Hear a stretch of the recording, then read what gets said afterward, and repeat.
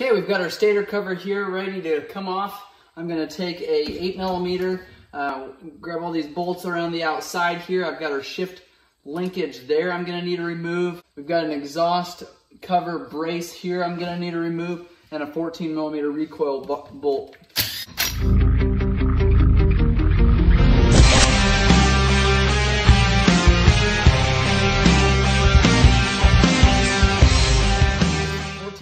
Recoil bolt. You want to be careful when you remove this one, you don't get your motor turning because your cam chain will break your crankcase down below there if it turns and binds in there. So this can just be pried off. This has got splines and a seal in behind here, so sometimes it sticks, but get that pried off of there, and we'll grab a wrench and remove this linkage arm here. When you're going back together, remember there's a dot and a line on this shaft. That's where those two are supposed to go. So they mesh, so your four-wheeler shifts right. You want to make sure that that gets in the right groove there so you can shift back and forth easily. You might have to shift this lever back to be able to pull that bolt out of there, and you can just take and lift up on that arm. I like to shove those bolts back in there, get a thread or two so those stay together. Then you can grab a rubber mallet. I see we've got one more here right in the middle that we need to remove.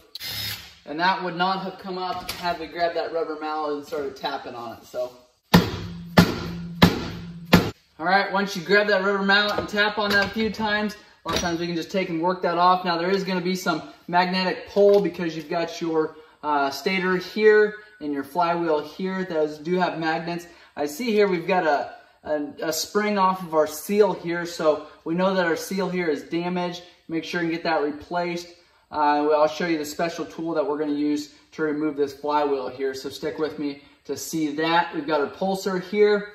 Again, we have our stator here. Some people call these an alternator or a generator. The correct term for that is a stator. These don't actually charge your battery like, say, a car would with the alternator. This is a stator, so it just gives you the power, maintains your battery and where it's at. It does not actually charge your battery as a car would. So we'll set this aside for now, let some of that oil kind of drain out of there. And I'll go ahead and remove some of these shift parts here, some of these gears to get these out of the way before we remove this flywheel. Our gasket here you can see is extremely brittle. If this is as far as we're going, you want to make sure you don't drop any gasket or debris down in here. That goes all the way into your crankcase there. And if there's no reason to split that case, there's no use dumping debris down in there, so you do end up having to. Okay, we got that linkage off. We got a fork off of there. What I do to remove these forks is just pull up on the shafts and then remove that fork just like that. Don't try to pull that fork out. You won't be able to bend it past these gears there. That would work against yourself. These gears here, we'll pull a couple of these off as far as we can get. Some of these are actually stuck on a shaft that will go all the way through. And I try to keep these gears together as much as possible. That way, it just saves a little bit of time when we're going back together. So it's going to set these aside. Going to grab these and try to pull up as many of these as we can. Set those together. Keep in mind where your washers go. I just had a washer on top here. Got a bushing here.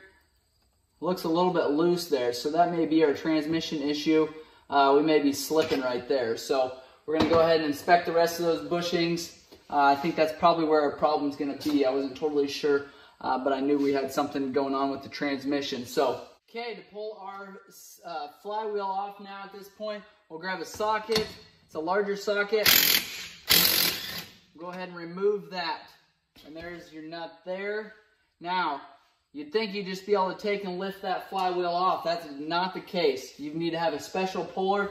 Puller looks like this here. It's got a larger area here. Your crank is actually going to go up into this area. You've got interior threads here. You've got the exterior threads down on the actual flywheel. Along with this special tool, we're also going to get this. Now, this won't come with every flywheel puller, but it's good to have. I'll give you a link of one of these without this, one of them with, just in case you already have this for some odd reason. The other thing that you can do is put a nut on there, and that'll keep from damaging that crankshaft. When you take and run this down, you're going to spin this in, and you're going to put this bolt right here, this longer shaft here, is going to push against your crankshaft. What you don't want to do is damage those threads. Therein lies this piece. Spin this on there, go down as far as you can. That's going to protect those threads. Now, what you don't want to do is spin this so far that it's hitting against this flywheel, because then you're going to be working against yourself.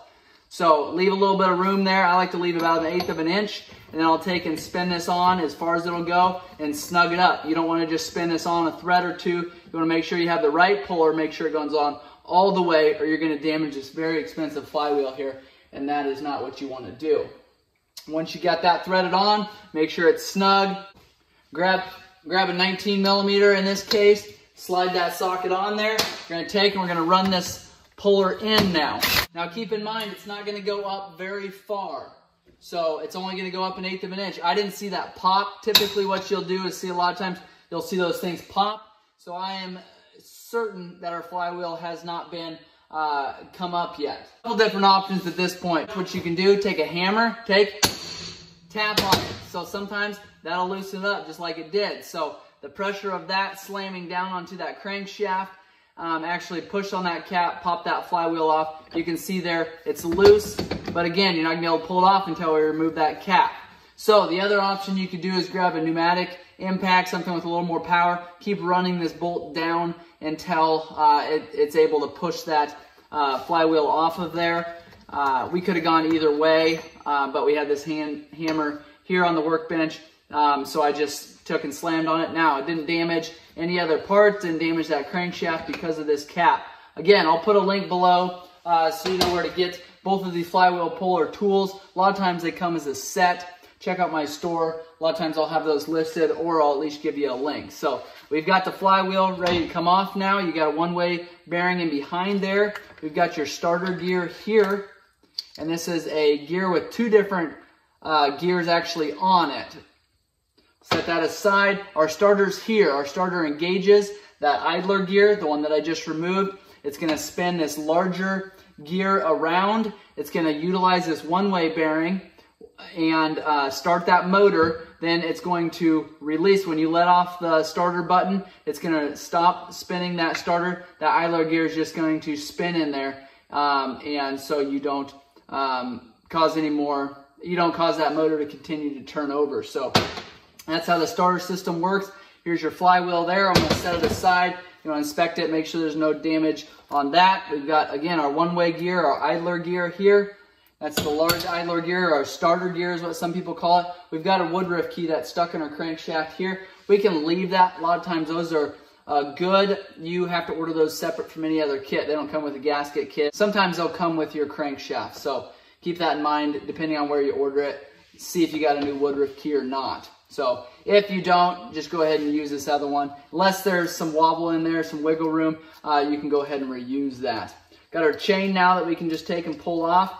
And we'll take that off that bottom sprocket there. Go ahead and remove that chain. Make sure there's no kinks or binds in that. We'll set that with the cam chain tensioner there. And then we'll go ahead and continue removing these gears, linkage here, and our sensors there. Also, have shot several videos on removing the prop shaft yoke set coming out of the front of this motor here, going to the front differential. I've showed you how to replace that U-joint and replace those yokes, so check that video out. We need snap ring pliers now for this snap ring and that snap ring. Go ahead and remove this snap ring here, larger one. Oh, it was able to come off of there, so I was able to pull that one off. You can see we've had some water sitting down here. You can see water is continuing to flow out of there. And we got to get past this gasket here. Again, very, very brittle gasket. We set all these parts, all our transmission parts together there. Remove this and a washer in behind there. And I've got a shift arm there that's going to be removed with a 10mm socket. Spring loaded, so be careful. You don't lose any parts there. And that is thread locked in there when you're going back together. There's your shift linkage there. There's a little post, probably can't see. There's a little post there that spring hooks on. I'm going to remove a couple more 8mm bolts on this side. I'm going to flip this motor over and remove a handful of the bolts over there. Remove those clutches. So there's a couple engine shift cable holders here that I want to remove, and also a couple sensors. Also going to go around and remove these crankcase bolts. Okay, we've got our gear position sensor off there. You can see underneath of there that tells you where you're at. All right, we've got your other sensor off here. Sits right on your shift mechanism. That's what that one looks like. And I'm gonna go ahead and remove a couple more 8mm bolts that I can get to now.